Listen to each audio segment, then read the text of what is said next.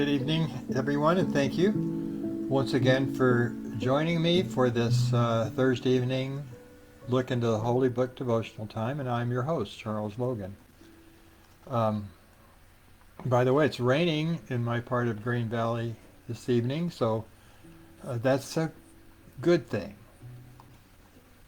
Well, once again, it's always a privilege to share these few thoughts with you this evening, and it seems like Thursdays are coming around faster and faster all the time. Well, anyway, this evening's devotional I call, Are You Willing to Take the Risk of Being a Peacemaker? Are you willing to take the risk of being a peacemaker? As was his custom, Jesus walked everywhere that he went, followed by his disciples and usually a group of everyday people, hoping that he would share some of his words of wisdom or encouragement and comfort. On this particular day, he was aware of a lot of people who had been following him, being joined by more as they went along. As the crowd increased, Jesus paused at the foot of a hill and walked to the top. It was common in those days for anyone who wanted to address a crowd of people to sit down in an elevated place so they could be seen and be heard, just as those who came to speak in the forum or also in the temple. As Jesus settled down, his disciples gathered around him, and the crowd that had grown into a multitude by then gathered upon and around the foot of the hill. The day was bright with sunshine, and it was clear and still, but as Jesus began to speak, his normal voice, it seemed as if everyone was able to hear his words just as they were standing right beside him. Now, when Jesus began to speak, no one knew, except for him, that these words would be the foundational elements of the gospel of forgiveness through faith and grace. It would be the new covenant. He began by saying, and this is from Luke chapter 5, starting with verse 3. Blessed is the poor in spirit, for theirs is the kingdom of heaven. Blessed are those who mourn, for they shall be comforted. And blessed are the gentle, for they will inherit the earth. And blessed are those who hunger and thirst for righteousness, for they shall be filled. Blessed are the merciful, for they shall receive mercy.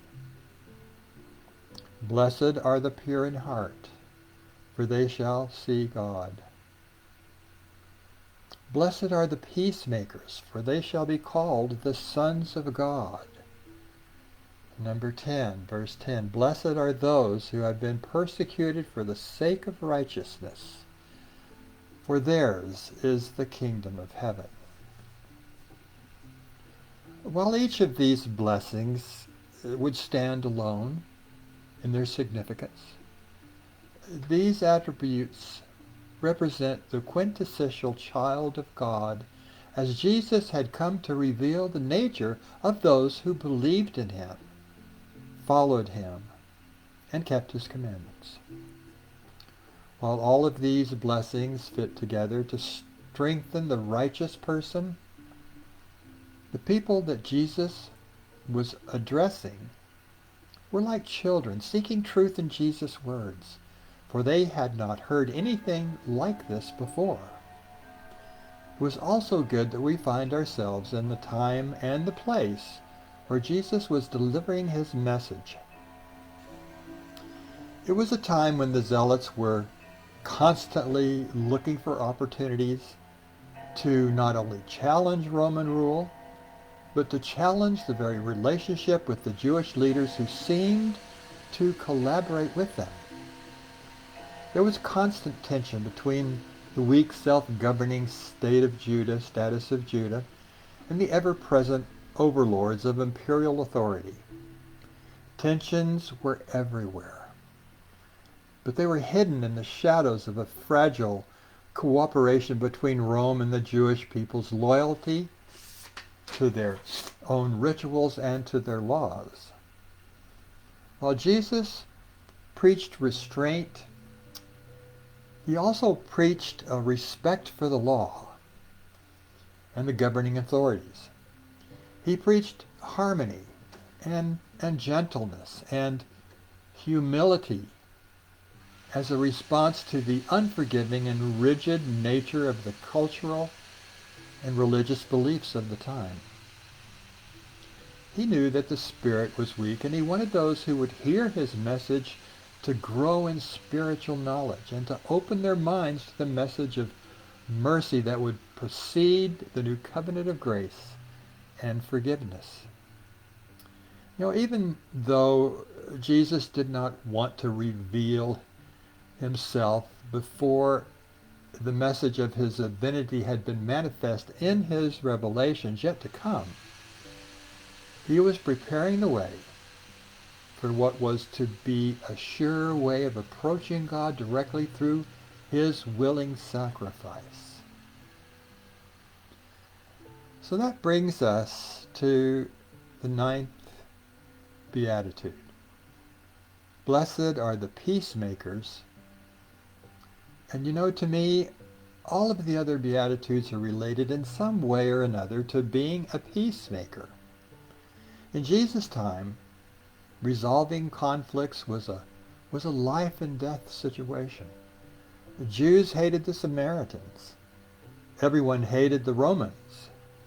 Everyone but the Roman authorities hated Herod because he was a puppet of Rome and, in their view, a pretender to be a Jew. And Herod mistrusted the Christians, although they were not known by that name as yet. Jesus knew how important being a peacemaker was, because he was the first good example. And knowing that, he also knew the risk along with becoming a peacemaker, especially in such an explosive place as Judea in the first century. Brought with it the dangers of festering hatreds, lingering animosities, and fears of a disruption of the status quo, and of course threats to the local priestly power politics. Inevitably, they wanted him dead because of his message. Now, being a peacemaker is not a uniquely Christian endeavor. There are a lot of people who consider themselves peacemakers. I would consider the president a peacemaker for his attempts to bring the global conflicts to an end. I would consider our armed forces and our local police as peacemakers for their mission to bring peace and safety to our nation and our nation's streets. But there is something else to the concept of peacemaking. As Jesus brings his message to the world, it's also a spiritual message that has relevancy in his time and in our time as well. Being a peacemaker and sharing the gospel brings an inward peace. And while it is all important for the security of our nation to bring about world peace, there is a spiritual aspect to being a peacemaker that is much, much more important. And that is bringing peace to the soul through the knowledge of one who has won the battle already. There is no question that we live in a time of transition. There is a groundswell of revivalism that is changing people's thoughts from a culture that has all but abandoned the godly and spiritual to one that people can comfortably and openly express their Christian faith without facing government-sanctioned resistance, for instance. But for too long, the immoral part of our society has taken the forefront, enforcing their agendas onto the mainstream venues of the public media, schools, and even our literature. That nefarious agenda made it easy for children to have access to sexually explicit material in the name of acceptance and inclusion by those who were unsure of their own sexuality.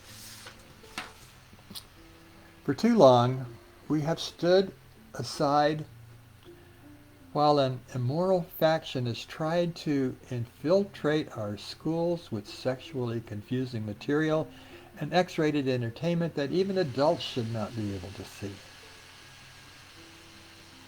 In last week's devotional, I said that the events of that week had not only caused us to reel in shock and surprise and sadness, but it also illustrated how there is truly a war being waged between the side that wants God out of our culture and the revivalists, many of whom are college age, who were influenced by Charlie Kirk. But on the dark side, the haters are a rapidly growing segment that is being noticed because of their gutter language and violent rhetoric and destructive behavior. They preach free speech, but they will drown out others that they don't want to listen to. It follows very closely the Marxist agenda of the early 20th century.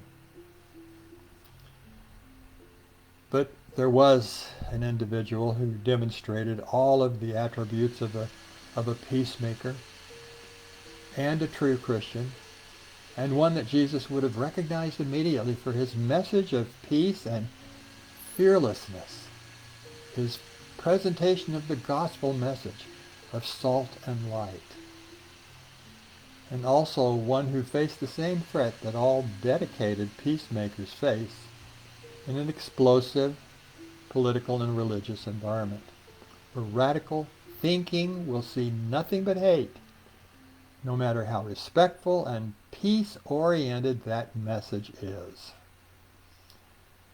There is nothing more than I can add to the words and statements that have already been published by the endless numbers of political people and business associates and friends, and the uncountable numbers of students who have offered their thoughts on Charlie Kirk, whether they be positive or negative.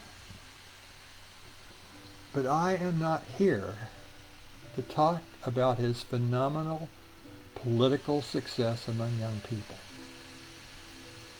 I'm here to talk about a Christian, a man who would freely admit that he's a sinner saved by grace, a man who openly spoke about his faith and his family and spiritual beliefs. Aside from his associations with famous people, Charlie Kirk was called to be a light in the darkness, in the true sense of a peacemaker.